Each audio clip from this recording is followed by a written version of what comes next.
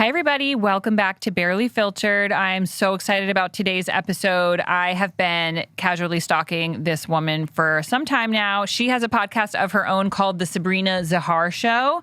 And she has so much amazing information to give, whether you are dating, married, trying to put yourself back out there. She's a multifaceted entrepreneur. She's a media figure. She's responsible for coaching hundreds of thousands of people to start doing the work to improve their dating life, their relationships with others, and more importantly, their relationship with themselves. A little over a year ago, Sabrina's online presence shifted from talking about her sustainable clothing line called Softwear to sharing about her personal dating life. Sabrina's message spread like wildfire, and the rest is history. So in this episode, we talk about different attachment styles, what makes you attracted to certain people and not attracted to others. We talk about rules, rules like when is it okay to start sleeping with somebody? If you start sleeping with somebody too soon, is that the nail in the coffin? Can you guys now no longer build true intimacy if sex gets thrown into the mix too early? Sabrina has opinions on this. She is an expert. She's going to talk about different traumas, emotional availability, and how to keep a good relationship going and not self-sabotage. All of these answers and so much more are in this episode. I think you guys are going to absolutely love it. I had such a fun time talking to her. So without further ado, let's welcome Sabrina Zohar.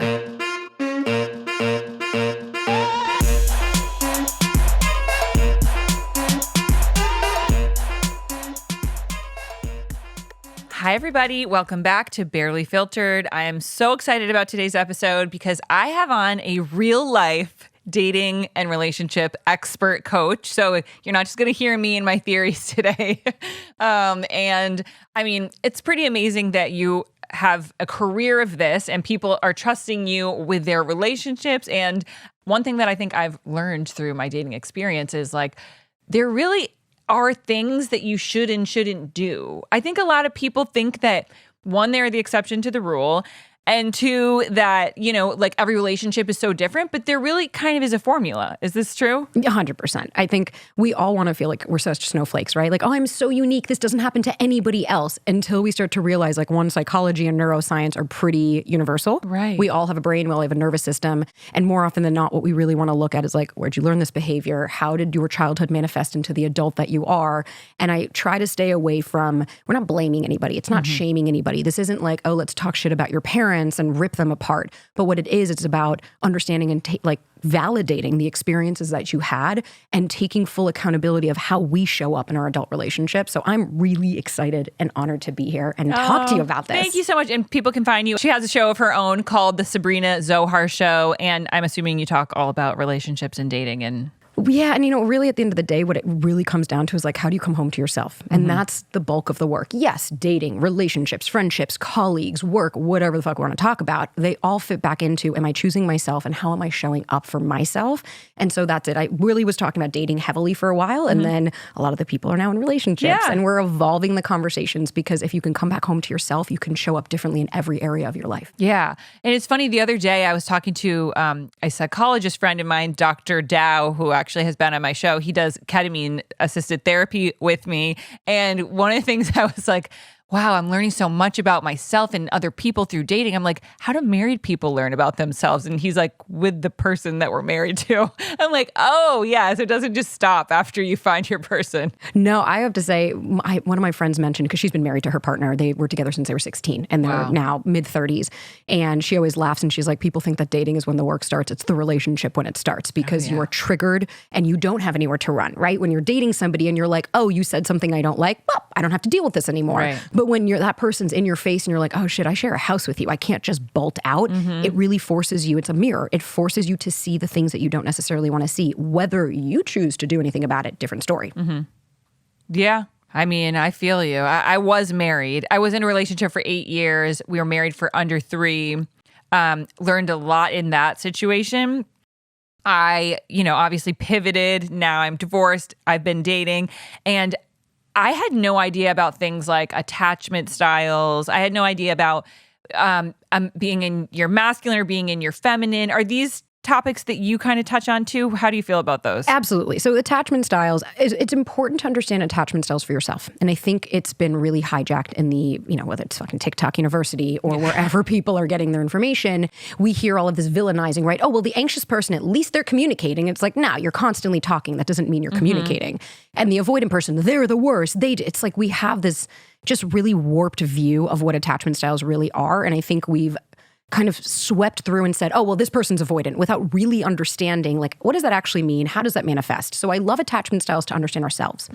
Now, when it comes to the masculine feminine thing, there are those polarities, right? We do have different energies within us. And again, I think it's another thing that has been really skewed, right? Oh, you're too much in your masculine. What I hear really in that is like, oh, if you're chasing, if you're doing things, what I hear is you're not feeling safe.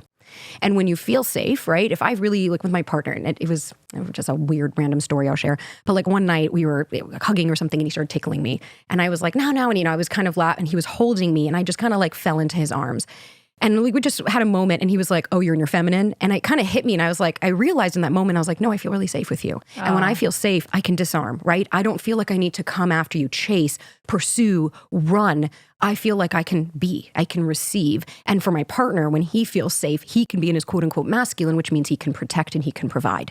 So I think it's really a beautiful way to understand the safety in our relationship. But I think, again, it's the same type of aspect that we take a really beautiful concept and then we go a little too far. And I really want to rein it back into understanding, like, how does the neuroscience and the psychology of all of this actually manifest into how you behave? Right. And I think when we hear the word provide, we think finances. And now we're in a world where, I have to make my own money because I'm on my own. So it's like being not in my masculine it's not an option for me if I'm, if we're talking financially, but there's other ways that a man can protect other than finances, right? Oh, 100%. My partner works for my company. Okay. So like we flipped it on his head. When I met him, I had nothing.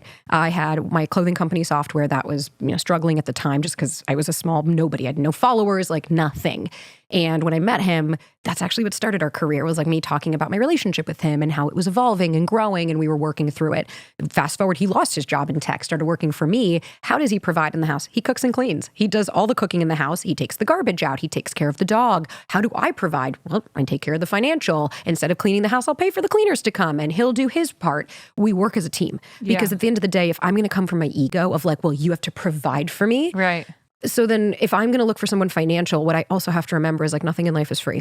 Right. So if I'm going to put so much importance on one aspect without looking how else is this person showing up, what other love languages do they have? How else, like I wake up every morning and my partner makes my coffee for me, my tea. I love that. I wake up to little. I miss that about being married. Right? And like I get notes from him of like, hey babe, take the morning off. I hope you have the best day. And it's like, those are little things that make me feel really seen, heard, and understood outside of somebody just buying something or paying for something. Right. Because for me personally, my trauma falls into my dad used money to control. So my dad would give and take and give and take. So I learned I wasn't worthy of love. I wasn't worthy of someone spending on me. So I struggle to receive someone that spends a lot on me. That doesn't mean that my partner still can't provide for me, even though I work through my own shit. Right. And he doesn't feel emasculated because he's not the one bringing in most of the money or whatever. Not at all. I think that's very, it's like we were talking, it's very antiquated thinking. Yeah. Listen, if that's the dynamic you have, absolutely. I have friends that their partners are the breadwinners and it works beautifully for them. But we also have to understand that one person's lived experience isn't everybody's. And it's kind of the same. Like my partner and I, we were a very traditional couple. We met on Hinge. We hooked up on the first date. And I was like, I'm never going to see this guy again. Wow. I really walked out because I was like, whatever. If I see him again, cool. And if I don't, I don't. I was in a different headspace. So to show that we hear all of these things of like, don't do this, don't do that. Oh my God, I'm fully following the like, no, I don't usually... The first date, I still have my guard up anyway, so I wouldn't. Like, did you have sex on the first date? Yeah. Oh yeah. That's amazing. I actually did do that with my husband, my ex-husband. But now that I'm dating, I feel like I'm so like, okay, this is the first date. You don't even let them get near you. And then by the fifth date, in my most recent experience, I had sex with somebody on the fifth date, and he kind of ghosted me after. And that's been my experience actually like a few times now, where we get to the sexual part and their energy just shifts. And my sister said something to me yesterday of like, I think it's because you're picking people who really are not they're not ready for that relationship. And I feel that from people where they're like, oh, I'm just, feeling things out, trying to have fun, or maybe they even think they're ready. But then when things get physical, I feel like sometimes men are like, oh shit, Well, what we have to remember is it's no longer fantasy, right? When they meet you, and especially like, I've heard my partner say this, I'll be like, hey, blah, blah. And he's like, oh, I've had women tell me like, I'm not sleeping with you until whatever. And he's like, great. So in my mind as a man, he's like, I have to just get to that date. I can get what I want when I get to this date. I'm very sex positive. Like my therapist was actually who taught me that. She was like, we need to release the shame around this. You are a woman with needs. You're allowed to take up space in that way. It's the mindset and the intentionality. Like, for instance, when I met my partner, we went on the date, we had a great time, we hooked up, and I was like, because I had been months without having my needs met. And I was like, your girl needed it. You're like, you're it. You're it. And I was like, yeah, I wanted to explore that. And after we went to dinner, and I was very blunt with him, and I said, listen, I really like you, and I think you're great, but I'm going to be honest with you. I'm not your casual girl. I'm not going to do the hookups. If you want to see me again, that's because we build something. And if not, I don't take offense to it. It's totally okay. And he was like, are you kidding me? The sex was fantastic. I think you're amazing. You're exactly what I'm looking for. You ask the questions of depth that I'm looking for. And I was always honest. I never sugarcoated. So I'd be curious, with your experiences that you're having, how do you feel you are as a buyer? Do you feel like you are vetting these people? Are you having conversations of depth? Or, because what I'm hearing a little bit is that there's a little bit of a self-trust that's missing. I think I don't have a whole lot of faith in my ability to choose right now, because I feel like I haven't been picking people because I've been picking people that ultimately end up disappointing me, sometimes in wildly like illegal ways. People who are like, they're either drug addicts secretly or they have a family and they didn't tell me about it. Like, there have been very big things that have disappointed me since I've been dating, and then smaller things too. But for the most part, I think I ignore the red flags in the beginning, and I give people a lot of chances to prove themselves, because I feel like maybe I'm not seeing the whole picture yet. I just need more information. Which I think, honestly, I think it's it's a huge self-awareness to even say, you know what, I think this is also a part I'm playing, right? You're not blaming yourself. You're not shaming yourself, being like, I'm a fucking idiot and I keep picking the wrong people. Yeah. Like, that narrative doesn't have a place here anymore. But what you are saying is, okay, I'm overlooking really potentially glaring red flags in the beginning. Now, my other question would be, when you're going to, are you meeting them online? For the most part. Okay. And what is attracting you to these people when you meet them? Okay. I'm not going to lie. Yeah. Usually I need somebody who's going to make my life easier. And a lot of that is, if you're having any kind of you're starting a new company, you're starting from the ground up. And I've dated people like that before, living on their friends' couches, don't own a home, don't, just financially are not doing well. I feel like I don't want that. And it's true. My relationship with my dad also was I would earn money basically from him. Like, if I get straight A's, then you're going to buy me this car. If I, do this, that, or the other thing, then you'll pay for my law school, or so there was that exchange, and that's how my dad always showed love. So I feel like that is what I'm used to. And also that's how I like being taken care of in that way. Like, I like to have my own thing, but I like to not worry about the finances and be able to, I would do my podcast every day if I was married, and I would still do all my same work, but I don't like to have to worry about money and finances. Just like that's a block that I think I have. So I definitely look for somebody who is successful. Okay. And I think for me, I also try to frame that of am I a gold digger? Is that, and my therapist or my life coach is like, no, Rory, you want security. You're not a gold digger. I'm like, okay, I hope I'm not a gold digger. So number one. Number two, I've been looking for guys who have a kid maybe, or somebody who has been through a divorce, just somebody who's had some relationship. I like to find somebody who has kids because I have kids. I have 2 kids, and I just feel like they can understand my lifestyle better. And the guys who are my age, so I'm 35, men who are my age, I haven't found a whole lot of them that either have kids or are divorced yet. So if I meet somebody my age and they don't have kids, I feel like my life is almost a little too grown up for them. And that also is a pressure that I don't love. So most of the guys I've been dating are in their either mid to late 40s. So that's 10 to 15 years older than me. Successful, possibly with a kid, probably divorced. Okay. So there's a couple of things. One, you have every right to want what you want, right? If you're no, this is something that's a non-negotiable. But the only thing that comes into it is I think we're getting a little too rigid, right? So the first aspect, When my partner met me, I had nothing. I had zero zilch, but I had a lot of drive. I had motivation, and I was dedicated and driven. It's not like I had nothing. I had an apartment, like I could take care of myself. Yeah. But I wasn't. I'm making 50 times the amount of money I am now than I was 2 years ago. And the irony is, he's making less than he was. It's just, it's a dynamic shift. Interesting. The only reason I bring that up, I don't give a fuck about me, is to show that like, I don't want us to have such rigidity on what it is that we want, because then we're not opening up space to somebody who maybe their startup just got started and in 2 years they're going to be worth $20 million, but this person needs to hustle and grind right now. Doesn't mean he can't still open up space for a relationship, but maybe that person's not where they're at now. On the flip side, you can meet a millionaire, he loses everything tomorrow, and then your security is gone, right? Right, yeah. So I think what we want to look at is, instead of it being, I need this specific thing, we want to look at what are the traits that we're looking for, right? I want to have a partner. So I want somebody that is my teammate. That means then when we're going, if we do something, I don't just need you to pay for everything for me. We can talk about it. Let's talk about our finances. Let's talk about our goals. What life do we want to build? And then how are we both motivated to get that, right? So if you're saying, I want to be able to produce more content and create more, great. Then that means that we want to be with a partner that's going to support your vision and your goals, as opposed to someone that's just like, don't worry, babe, I'll pay for everything. You just go off and live your life. That's true. You might be disconnected from that person. Then to the other aspect, I totally understand what you mean about having children and having a different lifestyle. One of my really good friends, she was in a terrible narcissistic relationship, 3 kids, and she left and she's like, no man's ever going to look at me if I have children. She married one of the most incredible guys, no children, and he is the stepdad of the fucking millennium. Wow. He is awesome because he was looking for someone like you, someone who had the kids. He didn't want to have his own children. He really wanted to be part of a new family that he could love in his own way.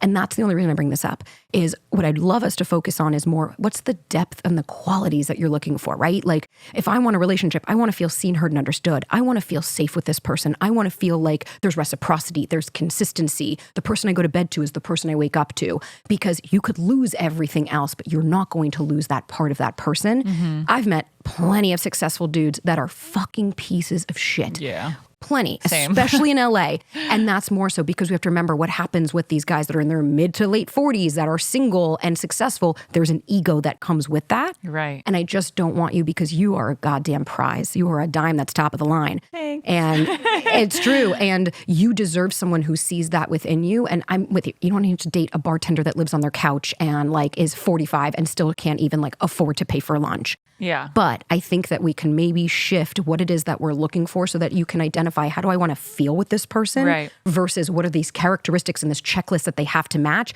Because I know my brother, he a couple of years ago wasn't as successful as he is now. And it's like, if he had somebody that was like, nope, I'm not going to give him the chance, he wouldn't have been able to grow with this person. Right. Yeah. And you kind of want to get in, I feel like, at ground level too. So then like you can be there through the building process and then feel like, you kind of took part in making that a reality. I do get that. I think that there is something, if I married somebody or started dating somebody who is just rich, and then like I feel like I would always feel like people thought I was a gold digger. So there's that sort of element to it. When it's interesting, I'd be curious, because the one thing I'm hearing, and this is never a knock against you, I want to pull out this aspect, right? We've said, I feel like I'll be a gold digger multiple times. How old do you feel when you say things like that? How old do I feel? Yeah. Do you feel like the 35-year-old woman that is sitting across from me that is able-bodied? No, probably Thank like you. in my like 17-year-old self or something, or all of those movies that we watched when we were little about like the poor princess who marries the rich prince. So fucked up.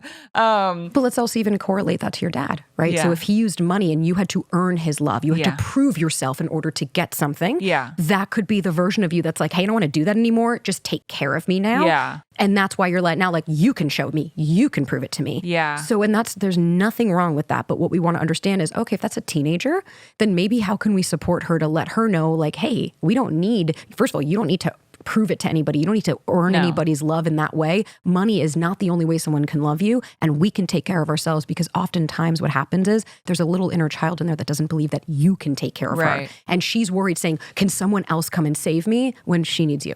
Yeah, I think that's true. And it's interesting because like everything in my life shows that I can do that 100%. And I am doing that. And I live in one of the most expensive places to live in the world, and I'm doing great. Yeah. But I feel like I don't like to be in the position of feeling like I have to carry this forever. I don't know. I don't really like to be the person that is in charge of the finances. I don't know what is that bad? Do I just need I don't know. I don't want to ever label good or bad, right? Yeah. Like we don't need to have, because black and white thinking oftentimes will come in of like, oh, I'm bad, right? So that shames you and that adds even more to your plate. I think what we can look at here is in saying, okay, what are the fears that you have of being the person to have to take care of this? Yeah. Right? We want to start to understand. So if that's a fear that's coming up, oh God, I'm scared I'm never going to find anybody that will help provide with me, right? Create a partnership.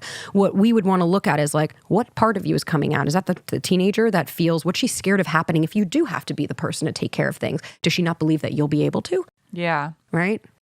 Yeah, or maybe she doesn't believe that it's fun to do that, or that it takes the joy out of things when I have to think of how much money it's going to make me. Because I think a lot of the things that I do, that I love to do, are not necessarily the things that make the most money. And so I don't want to have to do things to make money. I just want to do things because they're fun. And my question would be, are you talking to your dad right now? Because it sounds like you had to do things for him to give you money, right? I had to get grades. I have to earn it. I have to show this person that's the only way I'll receive. And that's okay. What we want to look at, like I had a similar experience where as a business owner, right, you understand where you're like, we don't know tomorrow how much money we're going to make. Every day is the unknown. You could make $1 million tomorrow and make 0, right? We have no idea. And there was one afternoon I was home with my partner and I was just freaking out.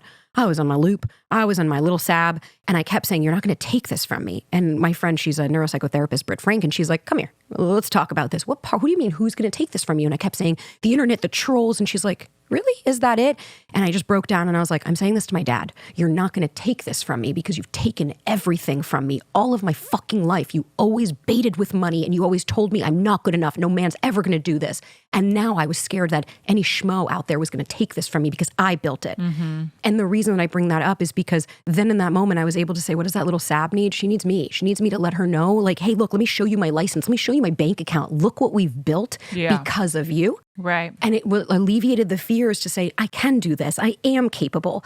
And so I think for you, it makes total sense that would be your trauma. That would be your trigger of like, I want someone to that I don't have to earn it. I can just be, and I can be provided for. And maybe we can find a way for you to find that safety and security within yourself so that you don't need somebody, you want them in your life. Yeah, that's true. I think there is like an element of need when I'm out there looking for somebody.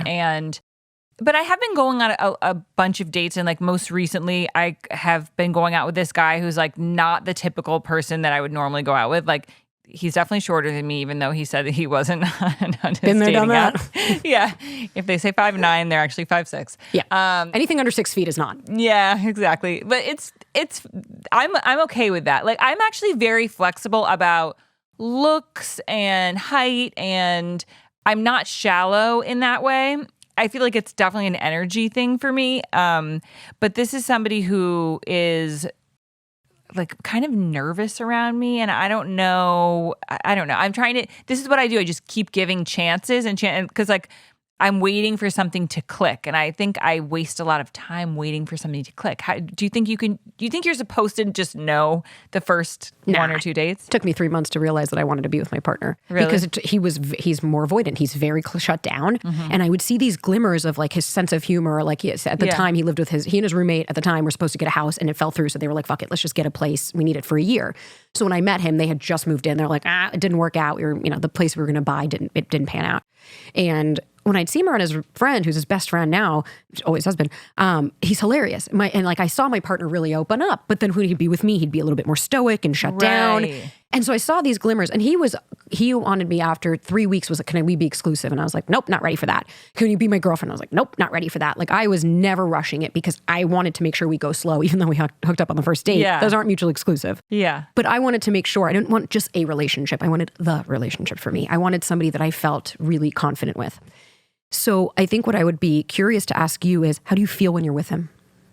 How does your nervous system feel? I mean, I feel calm, cool, and collected because I'm like, what are you so nervous about? Like, we're at dinner, calm down. And it actually makes me feel like, I think he thinks I'm cooler than I am. And I'm like, I don't know, like what gave you this impression? So I mean, he makes me feel really good about myself because I'm like, okay, well, I'm sorry you feel that nervous, but I feel fine. Well, how does it feel to receive that somebody, because I'm sure in your past you may have dated men, like you said, that you've been ghosted and things that, or you had to either prove your worth and show them. How does it feel to receive now a man that's sitting in front of you saying, hubba hubba? I mean, have you seen yourself? I don't know if maybe you like don't have mirrors in the house, and have talking to you, right? Like it's not just physical. There's a depth to you and a really beautiful soul and energy that you have. And my question would be back, how does it feel to receive that somebody sees that without you having to earn it? I think it's great. I actually really like that. Yeah, that part I like. Okay. But then on the flip side, I kind of think, where's your self-confidence? How do you expect me to buy into you if you're not buying into you? Well, how does he show nervousness in what way? Like, is he putting himself down? Is he self-deprecating? Is he making fun of himself? Or is he just like fumbling over words because he's just a little nervous around you? I think there's a little bit of both. Okay. Like there is and I've dealt with this with men who, mostly any man that I've met on Hinge, which is only, I think I've been on like two Hinge dates, and they both were kind of the same way of like, oh, you have a podcast, like you're not going to talk about me on your podcast, are you? Or like, I Googled you. Would you have a red carpet this weekend or something? And I'm like, I swear I'm like a D-list influencer, you guys. This is not... You're not Kim Kardashian here. Like I don't know, but I think they get a little... So no, that insecurity is valid. That's not sexy, right? Like I've had that. When I first started, same thing. Like, oh, I saw your TikTok. Am I on there next? And I'm like, nope, bye. Exactly. Or you're famous. Wow, you have so many followers. I'm like, no. That doesn't, it's like monopoly money. Yeah, you're like, it doesn't mean anything. And it's like, cool, thank you. I appreciate that. I want you to be with someone that's confident in themselves. They can say like, wow, cool. That's so rad that you have all of this. Yeah. But they're not making you uncomfortable about the success that you have achieved. And he's not. But I also feel the thing of a lot of people are like, I'm a very low key private person, and that's just me. I think that's great that that's what you do, and I'm like, okay, that's cool. I've heard that before, though. I do get a little. I dated one guy for like 2 months over the summer who supposedly was cool with the fact that I am a public person, and like I feel like one of the things that I'm proud about myself is that I am able to share openly, and I think and I like that people can relate to me in that way. I think sometimes for men, they say that they like it, and then when like shit hits the fan, they're like, they can't really stomach it. And I think, and it's valid, right? And I think because it's oftentimes fantasy versus reality, right? Like the fantasy of it is like, look at this woman. Holy shit, she's giving me a chance. This woman is looking at me. I have 12 followers and like I'm nobody. So I can understand that aspect to it, but that's where I'm saying like, it's one thing if that's just how they feel, right? And you're like, okay, cool, but this doesn't impact.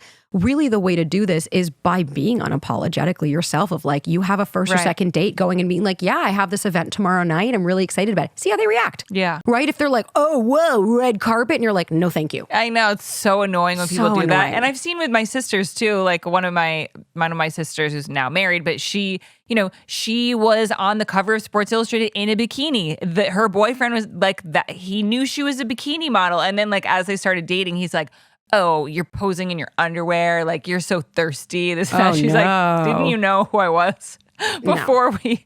And I feel like there is a little bit of that, but that's not really an issue that I'm dealing with. I know the signs of that pretty early now. And so I can, because that's what I dealt with in my marriage, where when we first started dating, I was a teacher, like a kindergarten teacher. And I was working with kids with autism after that. So I was like really living a totally different life. And then my career just totally took a 180 and I started being a lot more public and then like, the podcast came after that. And I'm happier than ever. I'm making more money than ever. But he was not. He's like, this isn't what I signed up for. You're not allowed to change. With which we want someone growth-minded. Yeah. And like, that's actually something awesome for your profile of like, one thing that you should know about me. Like, I used to be a kindergarten teacher, made a 180, and now I'm a podcast host. Like, dream big, right? You can put that out there. Like, I know my partner, when we first started, first thing I said, I was like, I have TikTok, because I only had like 100,000 followers when I first met him. Like, I didn't even have my podcast. Mm-hmm. And his thing was, just keep me anonymous. He's like, I just don't want to be known. And I was like, okay, so called him Tech Guy. Yeah. as it grew and I was like, can I mention you? And he like, and I got the attitude of, I don't want to.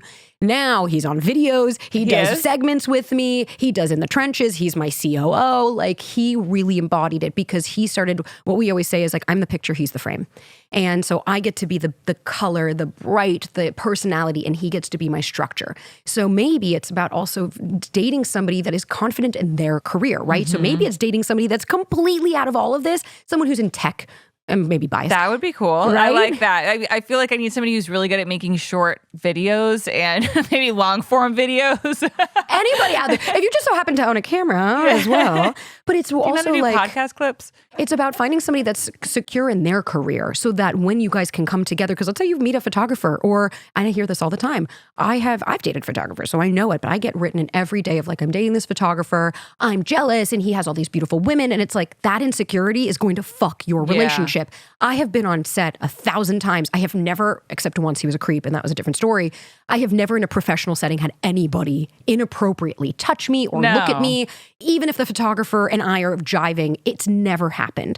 And so what it is, it's finding someone that is secure within themselves so that you can shine bright and they don't feel like they need to push you off the pedestal so that the light hits them. Right. They're helping you on there. Right. And it's really about finding someone like this guy. I don't mind that he's nervous around you, but I want to know how he feels about himself. How confident is he in his own career, in his own life, and seeing if you're like, hey, do you want to come to a party with me? And how does he jive? Is he feel comfortable where you're like, cool, I could bring you with me, and he leaves going, well, that was fun, thanks for the invite. Yeah. Or is he starting to say, self-deprecating thoughts, things like that? Right. Because of what you do, it's going to be specific. Now, anybody listening that's like, I don't deal with all of this. The moral of the story here is we want to find somebody. It doesn't need to be that they're the most secure person, like Attached, right? The book.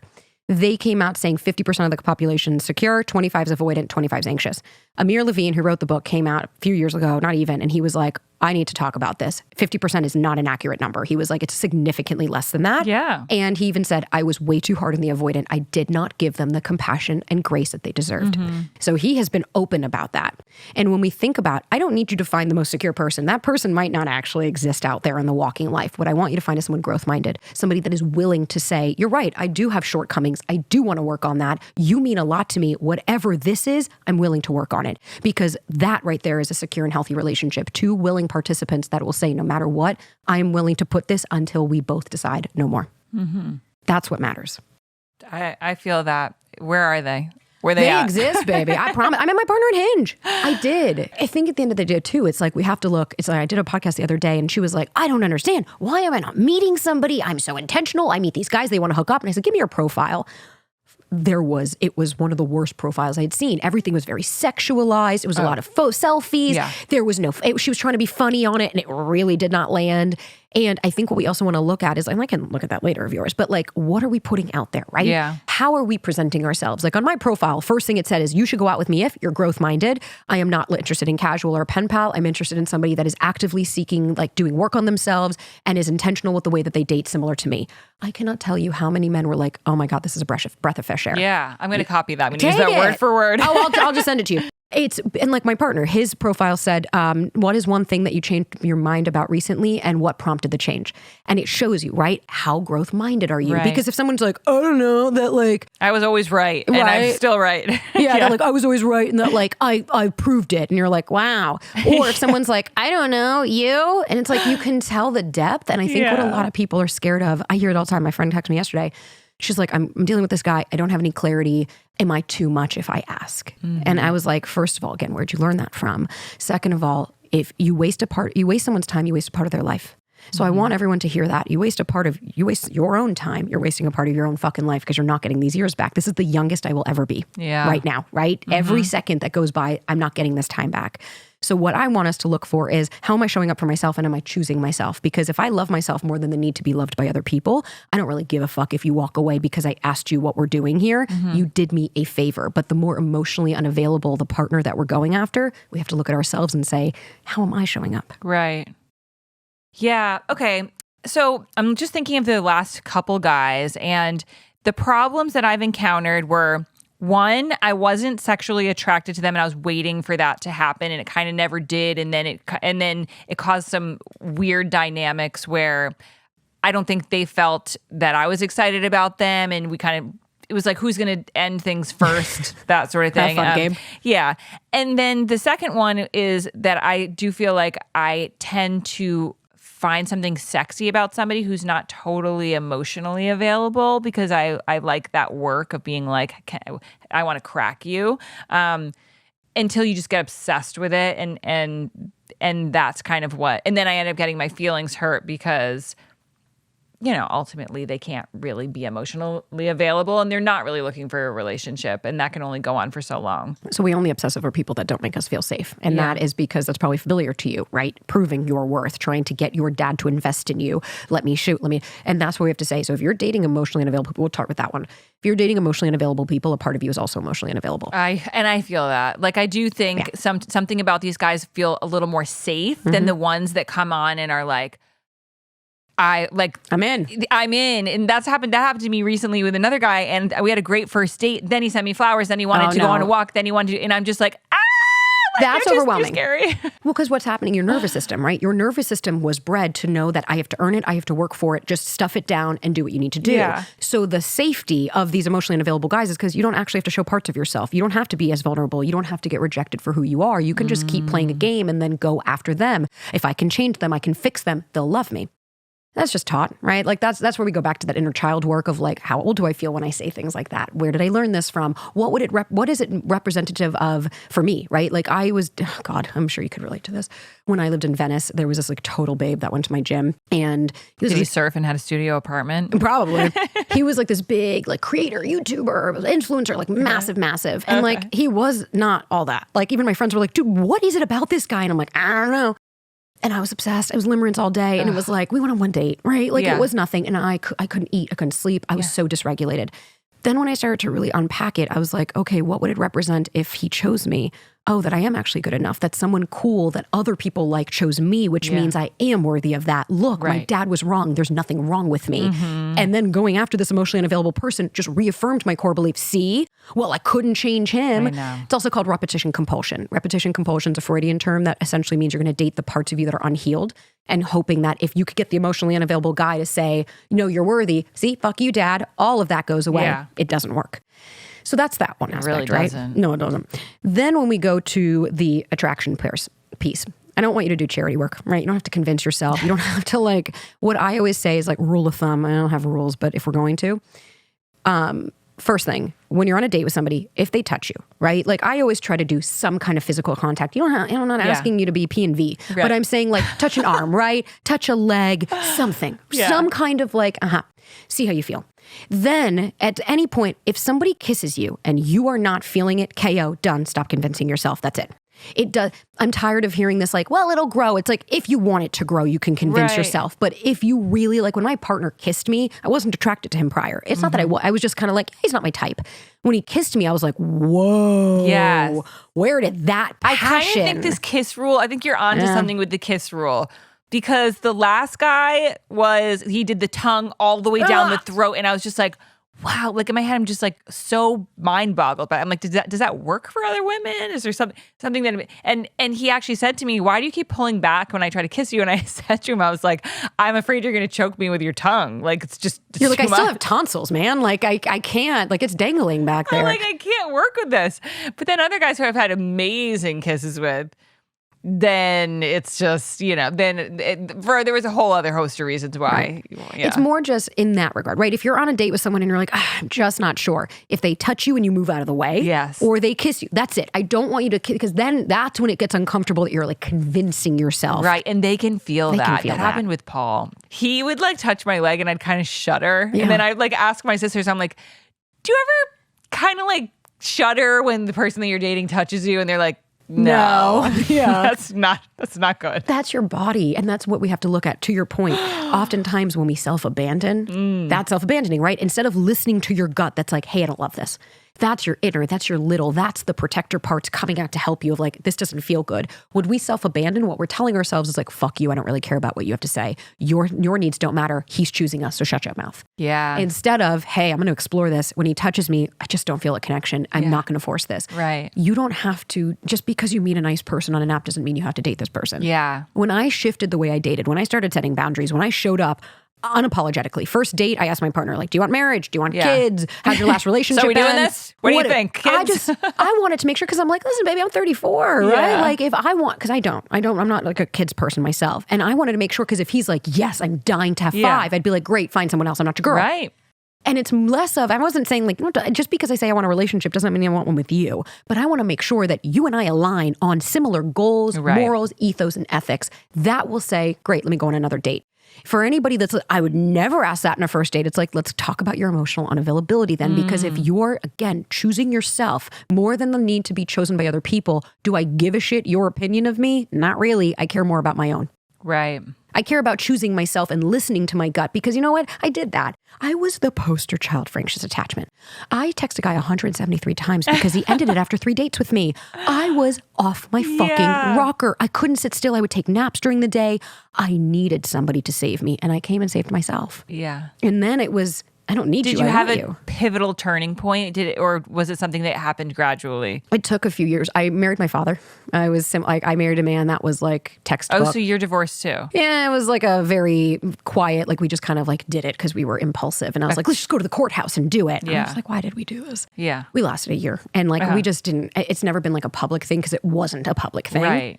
But it's technically like where I was in life. And he treated me just like my dad. He would put me down. He would gaslight me. He was super manipulative. You see me now, I was like 20 pounds lighter than I am now. Wow. Like I was unhealthy. And when we left, like when I ended that, I started therapy. And that's when I started ketamine treatments myself. And my own inner child, like I didn't understand what that was. And I was like, why does this girl keep coming to me? That progressed. It took me like 5 years for me to even understand that. And then, you know what the pivotal point was for me? When I lived in LA and my dad and I got into an argument, like not even an argument. He just did his narcissistic rage where he's like, fuck you, you're not my child anymore, because I didn't want to go on a trip with him because I had work. And I didn't fight. I just said, okay. And I hung up, and I owed him money and I paid it back. I ate ramen noodles. I skipped meals for like 3 weeks. I didn't care.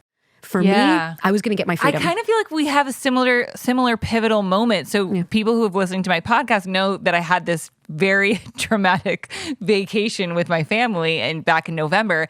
And really, when I got back from that trip, something happened with my dad. And I love my dad, but he has the way he interacts with me can cut me deeper than like anybody. And when I came back, I was just like, I'm not going to make the effort anymore to, I would spend all my summers in Rhode Island and like not really enjoy myself to try to kind of foster this relationship between my kids and my parents that my dad was like really never around for anyway. And he would just kind of always choose his own peace and happiness, what my mom calls like self-preservation.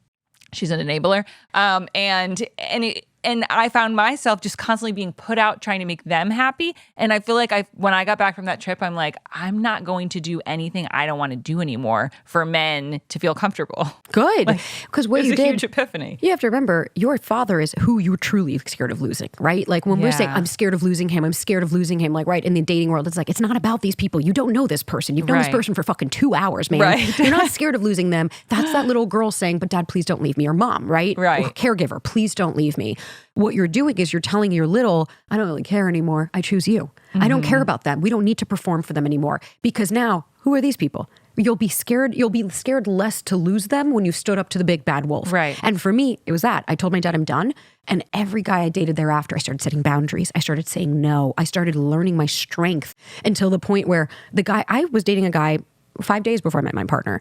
And it was like a 2-monther, those like little whatevers. Sure do. And I knew he was avoidant, and but he was not growth minded. He didn't believe he needed therapy. He thought he was fine. And I was like, dude, you had an alcoholic father. Your mother is a hot mess. I'm like, in what world you're fine, right? Right. And it's not that we have to blame them, but take accountability. Right. And he ended it with me because he had erectile dysfunction, and he was like, didn't want to do was anything. Was it your fault? Because that's happened to me too. Yes, it was. I don't think I like your personality anymore. Maybe I'm just not attracted to you. There's no chemistry. No chemistry. Yeah. It was like, okay. And I walked out, and he was like, I didn't mean to end it. And I looked at him and I was like, you didn't. I did. I was like, this was all I needed to hear. You don't choose me. That's fine. I'm out. Yeah. And by doing that, I empowered myself. So when I met my partner, that's why when I slept with him, I was like, I don't care if you leave me. I am no longer waiting for anyone to come and save me because I've saved myself. Right.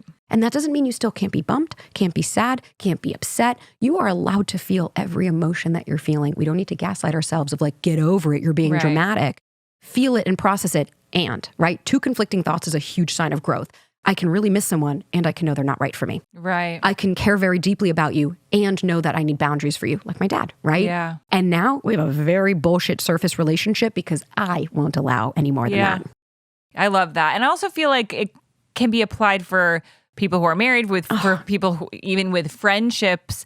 I feel a lot like I have this need to be understood and write that email that explains all the things of like, this is why I did this and this is, and I need you to see things from this perspective. And I think that's one thing that I'm also really working on letting go is even with these like 2-month relationships that I have with people, I need to say like my sister called it an exit interview where like you need to just like go over all the things you didn't do well. And also like I'll say the things I didn't do well either, just so you know I'm a very good person and I take accountability, you know? And the last couple guys that I feel like I did that with, oh my God. One of them, I'll just say it, Paul, he was like, Aurora, what are you trying to do here? Like, what do you think this is going to solve? And I'm like, shut up, bye. I didn't really say that, but that's what I meant. And then this other guy, it was so embarrassing because like I kept writing something, then deleting it and writing it again and deleting it. And it turns out with Instagram, you can see every time you unsend something. And so I just ended up looking insane because he's like, wow, at 5:30 a.m. you sent me like 9 things and then deleted it and then wrote it again. So what you're describing is dysregulation. Your nervous system was triggered, right? It was a trigger, a cue to your nervous system that you're not safe. And that's a neutral action or inaction. So somebody ending it, right? That's to anybody, like it might be hurtful, right? Mm-hmm. But that triggered an abandonment wound. And then what happens is that a little Aurora, maybe no one listened to her when she was a kid or nobody gave her the opportunity. Mm-hmm. So now she over-explains because she's like, no, you need to validate. But notice what you said. It's about you. I want to feel like I'm good. Yeah. I'm good. See, I didn't do anything wrong here. The huge, huge sign of growth, which is not that you haven't. It's just now you're working towards that because you're fucking human, is being able to say, okay, thanks, take care. Right? Delete the paragraph. Thank you so much. Have a good day. Right. I don't need to convince you to choose me or that I'm right. I know my truth. Right. And if I stand in that power, I didn't do anything here. Take care. I'll see ya. What do we need to have more of a conversation? Yeah. Closure, right? That whole closure thing. I hear this every day. And like Britt Frank always says, closure is your brain's way of avoiding your feelings. So when we say, I need closure, I still need to talk to them. I need to have a conversation with them. What's happening is your body is in so much pain that instead of coming inwards, we're like, no, them. And it's the same as like why questions, right? This is one of my favorite things to talk about. Why don't they want to be with me? Why did they end it? Why aren't they texting me? And so Britt Frank, she's just she's one of my best friends, but she's a brilliant neuropsychotherapist. And she worked with children and she realized a lot of them were asking her why, she worked with kids with cancer or the moms died of cancer. And the kids were asking, why did my mom die? And after she was working with them for a few years, she started to realize they don't care about the why. You know what I mean? If I show you like, well, here are the chromosomes and this is what happened. They don't care. What she reframed it to, I don't like, this makes me uncomfortable. Mm-hmm. And that's something that we want to embody now. So if let's say you're dating somebody, why doesn't he call me? Well, I don't like that he doesn't call me. What don't I like about it? I don't feel like a priority. That's the fucking issue. It's not about the text. It's not about the call. It's about the deeper root that's under there. And who is that little girl or boy or they that needs the love and attention? Right. What do they need to hear? It's such a hard thing to come to terms with, especially when you're an intelligent person and you feel like if I just had the answer, I would feel better because I'd understand it and I'd know and it would make sense to me, and things that make sense make me feel comfortable. But it turns out you can find all the whys and still not feel comfortable. Because that's called intellectualizing. When you intellectualize, your brain's thought is, okay, if I just know cognitively, then I don't have to deal with the emotions. That's part of that emotional unavailability. Right. When you are emotionally available, you can stop and say, hey, that really hurt me. Right. That felt like a pang in my chest. I felt that right here. I feel like I'm not a priority. I don't feel like you're listening to me, and I don't feel like I'm valid or valued. Notice how I used all I statements. But when we kind of go into that, the dysregulation and the intellectualizing, our brain is trying to protect us from feeling the feelings and having the pain, sitting in the discomfort. That's why, like, when we talk about how do I actually grieve, right? Because that's a huge part. What people misunderstand is that grief is also an emotion that's really important to feel. And what is grief? Feel your fucking feelings. Yeah. Allow yourself. Right. Person just dumped me. I feel like shit. Great. Yeah. Allow yourself to feel like that. You think of them? Okay, I'm thinking about them. I'm a human. What you resist will you persist. The more we try to get them out of your head, go distract, go do something else. What you're telling your brain is, I don't want to deal with this right now. Find something else. You're not actually going to heal. Yeah, that was an interesting phenomenon also for me because I did the Hoffman retreat at Hoffman Institute. And one of the things, like, you really dive into your parent, how your parents were raised and why do they behave the way they do now based on what happened to them when they were little. And then you have a lot of compassion for what happened to them when they were little. However, it's like, okay, yeah, I know why my dad acts this way to me. I have compassion for him. He had a very violent and emotionally unavailable and depressed father. Makes sense. That still doesn't change the fact that he can say something to me and it can really hurt my feelings. So I think, like, after all that intellectualizing, now it's just like, how do I know I need to protect myself? And sometimes that is just distance and not feeling like I need to explain myself and not, so I don't know. I guess that's my newest experiment, like just kind of keeping the distance. But it's hard to do, especially with parents that are getting older and 100%. It's hard to do it because oftentimes what we also have to do is grieve the fact that you didn't get the childhood and the parents that you wanted. Yeah. You didn't. And that's okay, right? Like, we can hold space. Like, I know for me, I would set myself on fire for my mother. I love that woman. I talked to her 500 times a day. I was on the fucking phone with her before I walked in here. But I also can hold space that woman failed me as a child. She chose my father. She was his flying monkey. She completely self-abandoned. But her trauma, my God, that woman went through more than I can, to take me days to tell you every trauma that she had. Right. So that's where we can hold space. I can hold because my mother is very growth-minded. She's apologizing now. Oh, nice. My father, you know what his response was? You were bad kids. Yeah. Right? It's not my fault. Yeah, no, literally, he'll say to this day, well, your mother was a terrible wife. You were terrible kids. And I'm like, Dad, I was not even 1 year old. And I would cry in the crib and you would throw me to Mom and say, I don't want to deal with her. Yeah. Well, but you were annoying me. And it's like, because you cried, I got angry. That's the narcissism, right? It's never my fault. It's all everybody else. Right. That's why now I say, great, if you die, well, you know what I'm grieving? I'm not grieving who you are, because who you are, I can't fucking stand. Yeah. I'm grieving the person that I never got. I'm grieving the father I didn't get. And I'm grieving the part of you and the relationship that we will never have. Right. You're allowed to grieve that too. Mm-hmm. Because that grief allows you to move on, because you're giving little you the opportunity to say, what you experienced in childhood wasn't okay. Mm-hmm. I can understand. Yes, and I can understand what my father went through, but that doesn't excuse what. It's the explanation. It's not the excuse. Yeah, that makes sense. It's hard. It's not easy. It is really hard. We all have, and you kind of try to go into dating and in your marriage relationships. We all have all of this complex trauma, and we're just kind of trying to love each other around it. It's very difficult.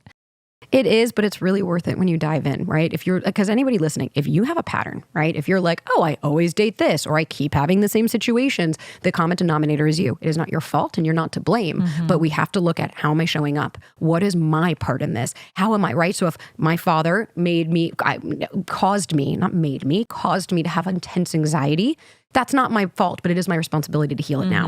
And that's often, we're going around where there's so many unaware people that are just triggered and lashing out and projecting. 99% of people are projecting. Like, let's just understand that. More often when people have an opinion of you, that's how they see themselves. If it lands on you, that's because that's how you see yourself. And so when we really understand that, at the end of the day, the work that's involved here is, how can I come back to myself so I don't need other people to choose me, and I can validate my experiences, my emotions, and my feelings as valid. Do you recommend not dating during the time when, I think we're always kind of trying to work on that, coming back to ourselves, but I've heard a few different things, like, take a break from dating. A lot of people are like, Aurora, calm down. Like, you don't need to be finding somebody right now. Like, why don't you just go find yourself? But then other people are like, and people who I've heard who have had success stories and are now married after divorce are like, no, I had to treat it like a job. I had to go on 5 dates a week, and I had to. I would say we kind of find let's have the pendulum not swing so severely, right? Because I understand both sides of it. It's like, I understand hey, take a break when you need a break, right? Like, even if that means use the apps passively, you just go on and see who matched with you, and then that's it. If no one is interested in you, next, okay, I don't have to meet somebody there. If I go out to an event, I'm not going out to a singles event being like, I have to meet somebody here. I have to go on a date this week. Right. When you add that pressure, it takes the fun away. Right. Versus, I'm going to go to a new yoga class, and if I meet a girl, maybe her brother's single, maybe her friend is single, maybe she invites me to a party and I meet somebody. I want us to be open to new experiences. I will say this. There is no such thing as being healed. So if you want to wait until you're healed to date, you're going to be fucking waiting forever. Because the problem is when you're single, you're not triggered. You're not having somebody that's coming that says something like, my partner said no to me once.